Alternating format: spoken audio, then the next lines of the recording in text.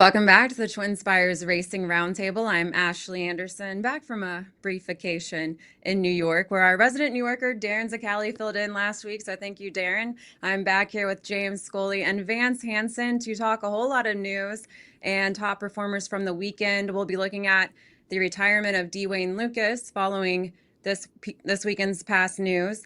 We'll also look at a whole lot of racing from over the weekend, Churchill Downs and overseas. And then we'll look ahead to Stephen Foster Day on Saturday, where we're going to have on-site coverage from twinspires, including James Scully in town. So let's start off with the big news. We have the retirement of Dwayne Lukas following the announcement from his family that he has been hospitalized and is now going to retire from racing after a nearly 6-decade career. So we wanted to look back on his very historic career. And James, I'll start with you. What is your top memory of Dwayne Lukas? Well, first off, Ashley, it's good to have you back. And as a lifelong horse racing fan and follower, when I heard that news about Dwayne Lukas, that stopped me in my tracks. I was really saddened to learn that, he's going to step away from the game he loves and spend time with his family. And I first, as far back as I can remember, I first heard of Dwayne Lukas when Codex upset Genuine Risk to Philly in the 1980 Preakness.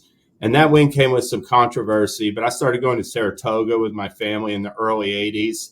And I was there in 1985 when Lady Secret showed up in the test stakes. She was like a confirmed sprinter and was going up against Mom's Command that was odds on. Mom's Command had absolutely drilled her earlier in the year in May in a 7-furlong sprint and was seemingly unbeatable. And Lady Secret led wire to wire at 10-1. It was a massive upset at the time. She wheeled right back and won the Ballerina older mares and went on to become a Hall of Famer, horse of the year. And that was really, I thought, when the Lukas era started getting going. I mean, I know he had some wins before that, but 1985 with Lady Secret coming along as a 3-year-old, that was the first year he won the Breeders' Cup Distaff with Life's Magic and the Breeders' Cup Juvenile Filly with Twilight Ridge, the first of his 20 Breeders' Cup race wins happened. And over the next 3 years, 85 through 87, Lukas won the Eclipse Award of Outstanding Trainers. He was in his heyday. But his first Derby starter came in 81, and by the time he got to 1988 Kentucky Derby, Lukas was already 0 for 12 in the Run for the Roses. It was that kind of prize where people were like saying, hey, can he really train a classic horse? The Derby's not at 1.1 miles. It's not a 9-furlong or shorter race. And he had a filly in Winning Colors who, basically she stretched out to 1.1 miles in the Santa Anita Derby for the first time and just crushed males. And she came back in the Kentucky Derby a few weeks later at Churchill Downs. And she faced just a dynamite field. 49er was in that race. Risen Star was in that field. Seeking the Goal was in there. And I thought that, you look at Winning Colors. After that 88 Derby, she never won at 1.1 miles or farther ever again. Her remaining 4 wins all came in 1.16 or less. I thought it was an incredible performance by Dwayne Lukas to get this filly to not only last 10 furlongs, but thrive at it like Winning Colors did. And, Gary Stevens delivered a great ride. He put her right on the lead. He opened up a cushion on the far turn, and she held on in the stretch to be 49er, who had to negotiate traffic, was far back. Like I said, Risen Star, who came back and won the Preakness and the Belmont. He had a trouble trip from the rail that day and wound up third. But they still couldn't beat her, and I thought that was a real breakthrough victory for Lukas. From that point on, he was winning Triple Crown races and just by the handful. And, and Winnie Colors came back and ran a huge race to get beat a nose in the Breeders' Cup Distaff that year at Churchill by Personal Hanson. So that's the one horse that will always stand out with me. His first Derby winner, and it came with a filly who just ran the race of her life at the right moment in the Kentucky Derby. Vance, I think there was a Derby win that was memorable for you as well. There was. I'll start kind of echoing what James was talking about. I started following racing nearly 40 years ago, and at that time, Dwayne Lucas was a human superstar already in the sport, and it did coincide with Lady Secret's ascendancy to the top of the game in the racing on the racing side.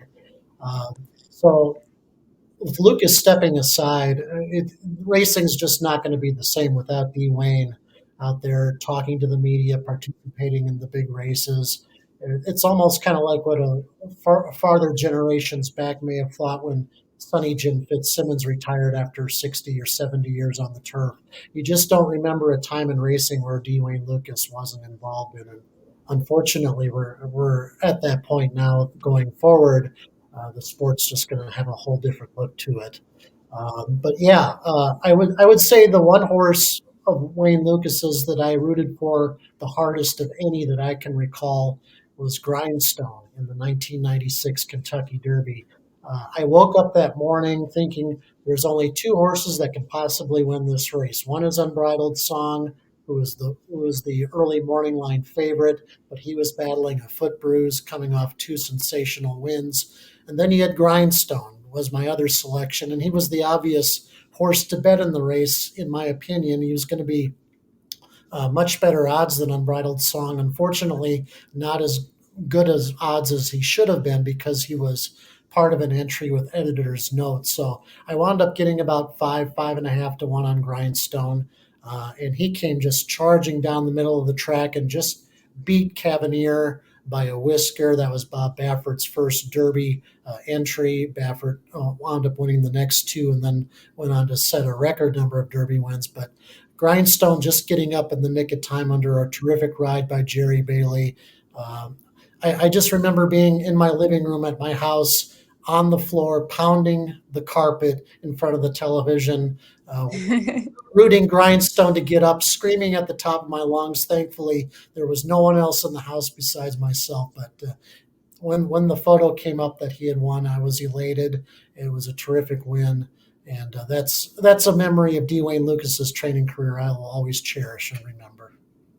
That was a great Derby, Ashley, with the Grindstone because of the stretch run. I think we remember last year how thrilling it was to have Mystic Dan, Sierra Leone, and Forever Young. The three of them sort of hit the wire together. And it was sort of the same way in the 96. Vance, that was a photo finish that I didn't know who won the first time when I watched it live. That was a great race, a great finish. And it was a shame Grindstone got retired after it. Exactly. I was pretty young when his heyday in racing was taking place, and I don't want to say how old I was. I don't want to age myself, but I was very young when Grindstone won the Derby. So for me, I didn't remember a whole lot from his biggest wins, except for Secret Oath was one that really stood out to me. It was when I had right around the time I had moved into horse racing full time, and that was my pick for the Kentucky Oaks that year. It wasn't, a great price necessarily, but I was excited to see he was, still, he would have been in his 80s still at that point. So I was excited to see him get that win as an 80-something-year-old trainer. And then, of course, he got the Preakness win with Seize the Gray, which is his last Triple Crown win on his resume. But I did get a chance to finally meet him during the post position draw this year. And I'll always remember his quote that he gave me when I asked him if he got the win with American Promise, what he was going to do to celebrate. And he just kind of laughed and he said, probably what we do all the time, which is get some KFC and then go home. So I liked the simple nature of Dwayne Lucas. He's got all these accolades, but KFC keeps it simple after he wins a big race. So That quote, I will probably always remember that quote the most. And of course, his fellow trainers, they all have a ton of respect for him. And coach would also say that he wanted to keep training as long as he could still beat them. So he was very much still beating his fellow trainers up until the day he retired. So yeah, I don't have a whole lot of long memories from my childhood. Like I said, I grew up here in Louisville and I watched the Kentucky Derby every year, but unfortunately I was just a little young for my memories to. Dwayne Lucas had a villain type of attitude. I mean, he was really like, there were some people who loved him, and it seemingly to me, I was in the majority of people that didn't like him, who looked at him like, I mean, his nickname was Darth Vader. I mean, he was that big, he was that powerful, and I think he's just a perfect example of what longevity does for these huge sports stars in sports. Where yeah, when they're in their prime, it doesn't matter if it's Michael Jordan or Tom Brady or Dwayne Lucas or whoever. There's going to be people out there who hate them, who root against them at all times, who aren't fans of theirs. But at the end of their career, those kind of special, like, icons, one of a kind figures, they everybody loves them. Everybody respects what they did and how Dwayne Lucas did it. And I'll just add one other thing. The one thing that always got me about Dwayne Lucas was when you talked to him in his later years was how much he cared about like horsemen. He was always wanting to impart knowledge to other horsemen, help them out, and he was such a classy. He is such a classy gentleman. Yeah. And he does have 3 entries on the Stephen Foster Day card. He is transferring his horses to his assistant trainer Bass. So whether or not those 3 entries are going to remain, racing on Saturday, there are still some rooting interest on Saturday for him. But before we talk about Stephen Foster Day, let's also look back at some of the performances from this past weekend. So Vance, who stood out to you from the weekend's racing? Well, I just want to give a shout out to America's reigning champion turf male Rebels Romance, who won the Hardwick Stakes on the 5th and final day of Royal Ascot on Saturday. In a fairly impressive fashion. It was only a Group 2 event, but it showed that he could still run at the very top level over in England. There was some concerns with after his performances in the Middle East over the winter that he might not be quite up to snuff at the age of 7, but he prepped for this race and actually going 1 3/4 in the Yorkshire Cup. They were thinking that maybe he might want to be turned into a stayer, but that didn't really prove to be the case. And so he turned back to 1.5 miles for the Hardwick and was really up to his old stuff on Saturday. And he's such a neat horse. He's 15 wins and 22 career starts. He's got the 2 Breeders' Cup Turf wins here in America, champion Eclipse Award winner. And he's also won Group 1 races in Germany, in Hong Kong, Dubai, and also some major races in Qatar too. So he's taken his talents literally all over the world. Is a true Group 1 type quality animal, even at the advanced age of 7. And I'm sure they'll give him another crack at the King George VI and Queen Elizabeth back at Ascot in next month in late July. He ran 3rd in that race last year. Beaten about 5 lengths over a track he might not have handled very well, but he deserves another crack at probably his best and hopefully getting his very best win in England ever. So kudos to Rebels Romance, and possibly we see him again in the Breeders' Cup at Del Mar again this fall. That was really an impressive performance. They were saying before the race, at least the analysts on TV, that that outside draw did him no favors. Wasn't the best place to start from. And you watch him, he's up close from the start. He's getting absolutely zero cover. But when he makes his move, he just took the lead so easily and opened up. I thought it was real impressive. And he is on track for a potential 3rd Breeders' Cup Turf win this fall. Seemingly. What else is going to come? I'll mention 2 horses caught my eye over the weekend. First off, Moplex. I don't know. I didn't see this coming. Moplex entered the Saturday's grade 3 Ohio Derby at Thistledown with a 4-for-7 record. He had won 4 races. He had won his first 3 races at 6 furlongs or less, and he was exiting a narrow win in the 7 furlong Base Shore over Faster Gator. He barely beat Faster Gator that day. Faster Gator came back and got absolutely drilled in the Chick Lane at like 8-1. That Base Shore was not a good field this year. So in his other 3 starts, they all came in consecutive races at 1 mile, and he was winless at a 1-turn mile. And he couldn't win at a 1-turn mile, seemingly, in my mind, entering the Ohio Derby. And he took to that 2-turn trip, that 1.8 trip, like it was nothing. He relished it. He set a good trip, stalking the speed, clever again, had a clear lead. And when he got to the top of the stretch or the end of the far turn, he was just sort of out of horse. And Moplex went right by him, opened up, and I thought won really comfortably. It was Chunk of Gold and McAfee were second and third, and they were never a threat to him.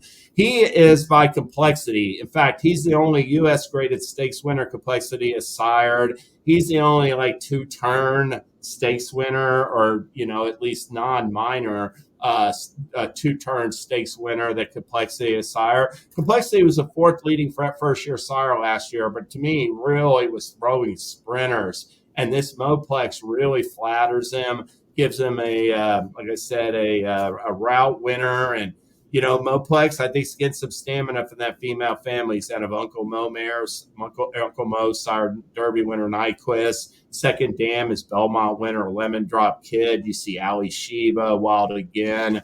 Lots of stamina in that female family. Kudos to him. The other horse I'll mention real quick is Hauling Ice. This is a filly that last year got a little exposed when she ran in back-to-back grade 2s. Those were our last starts of 2024 or until late December.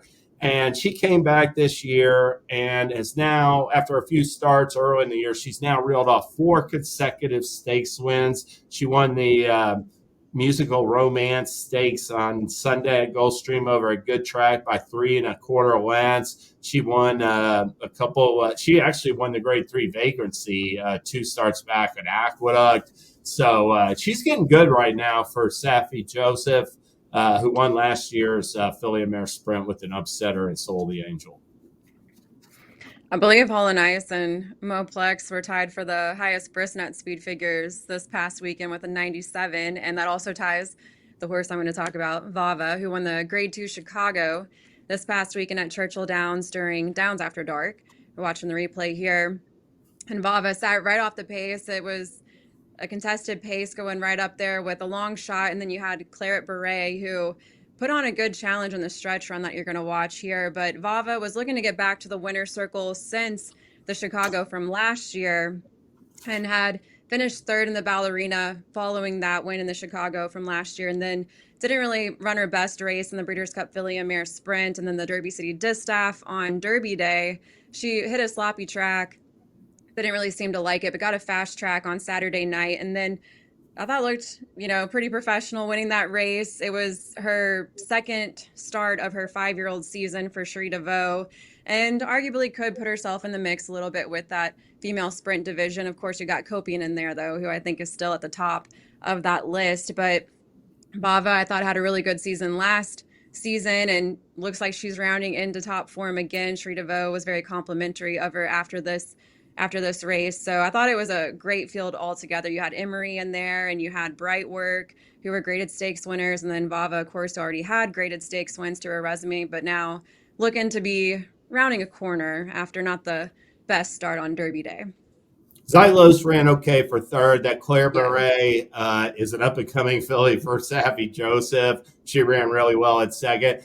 Vava, you go watch her Breeders' Cup Filly Mare Sprint and her Derby City Distaff. She doesn't get out of the gate sharply, and she's like mid-pack, well off the early pace. When she gets into the race like she did on Saturday, that's, to me, when you see her best performances. That's the way she won several stakes last year, and I like the fact that Irad Ortiz put her right into it, and she seems to run her best races in my mind when she's up close early.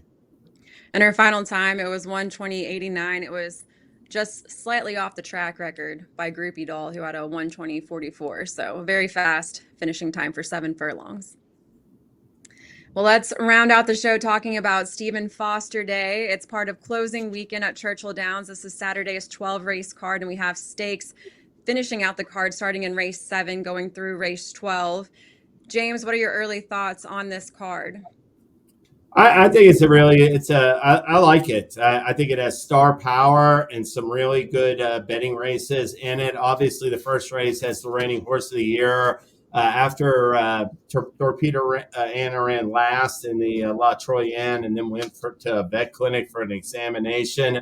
I thought she might be given 2 months off, but or at least 2 months off. But she's wheeling back 57 days later. I mean, she could have waited for the Chevy in mid-July at Saratoga, but instead, Kenny McPeek's bringing her back in the Grade 2 Fleur-de-Lis, and let's face it, if she's back in form, she should win easy. I know Vance will touch on the Wise Dan.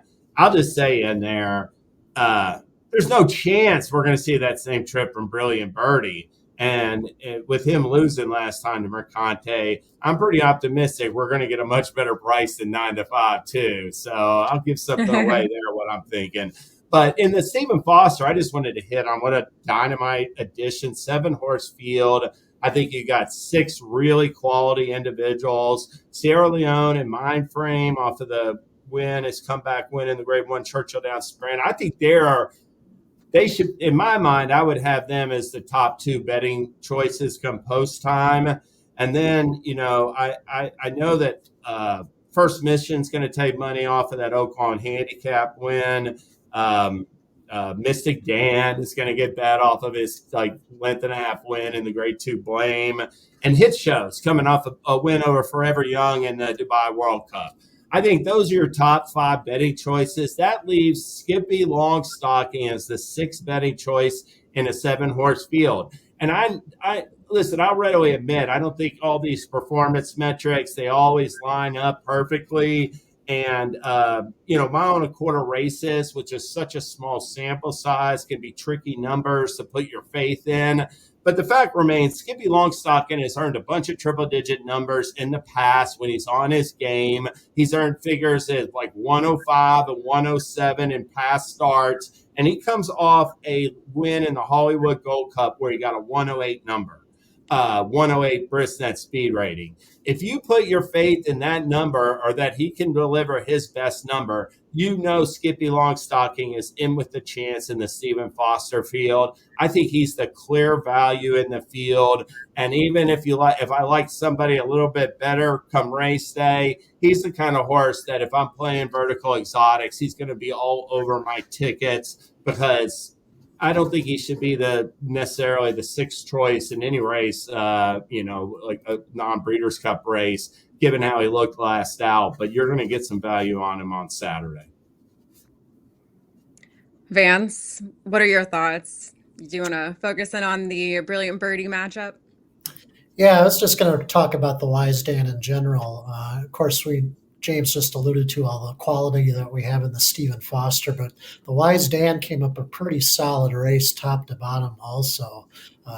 None of these horses are really like Eclipse Award material type grass runners, but it's a very competitive race top to bottom. Of course, James mentioned Mercante and Brilliant Birdie, who were separated by a neck in the Arlington Stakes late last month at Churchill. Mercante in really the best form of his career. Brilliant Birdie suffering the first loss of his career on the Churchill turf in the Arlington Stakes. So that rematch is going to be good.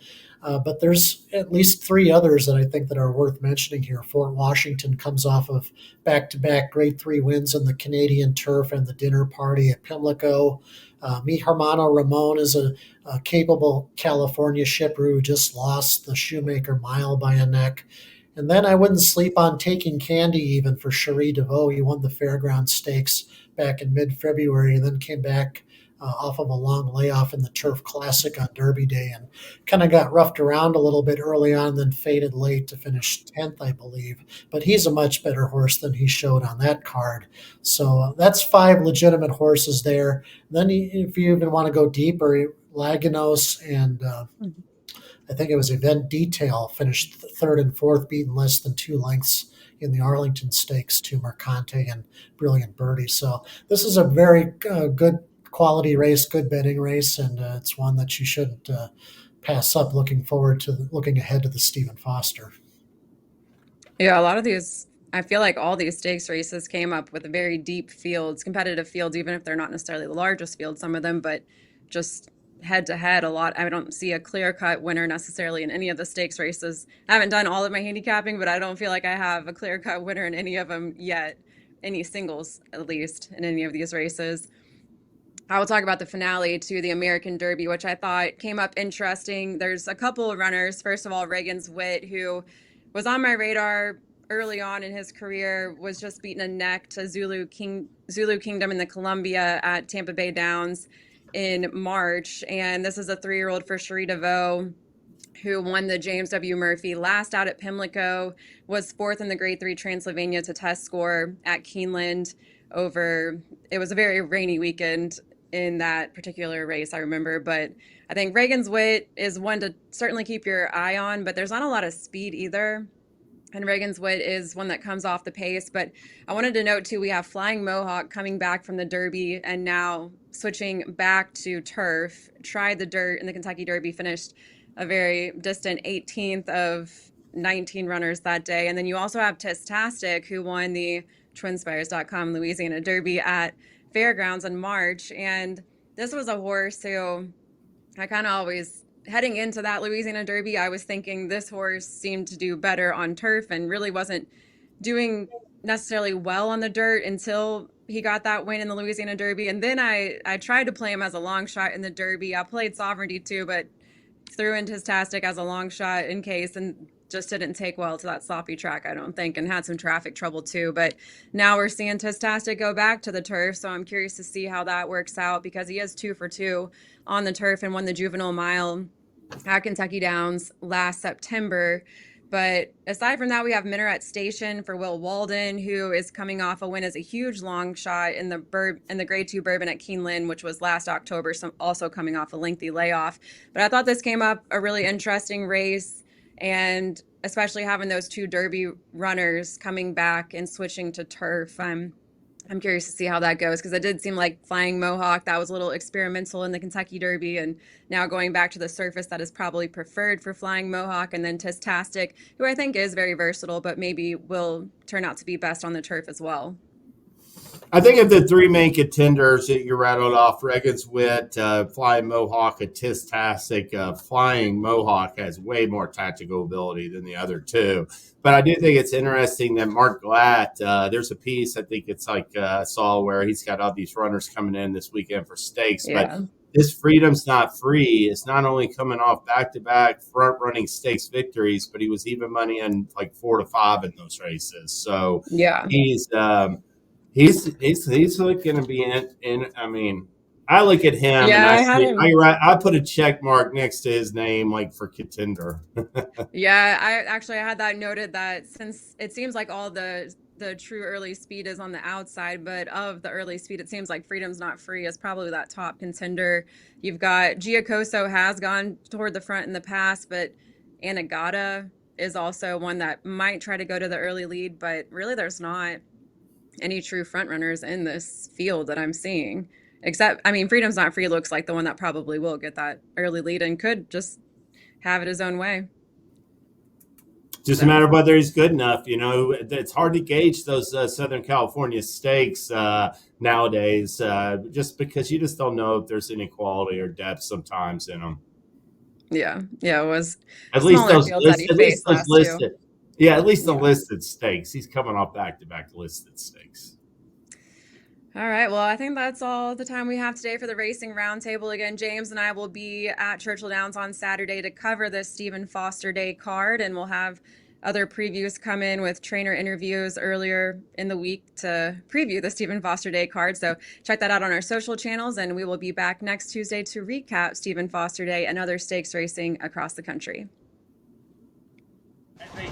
When it comes to horse racing, you can never have too much information. With twinspires, you can place your bets with confidence. Whether you use handicapping insights like our Brisnet speed ratings, prime power and past performances, the guidance of our experts' top picks, or just choose a name that catches your eye. Yes! No matter how you pick your horse, bet with twinspires. And now you can race to victory with twinspires tournaments.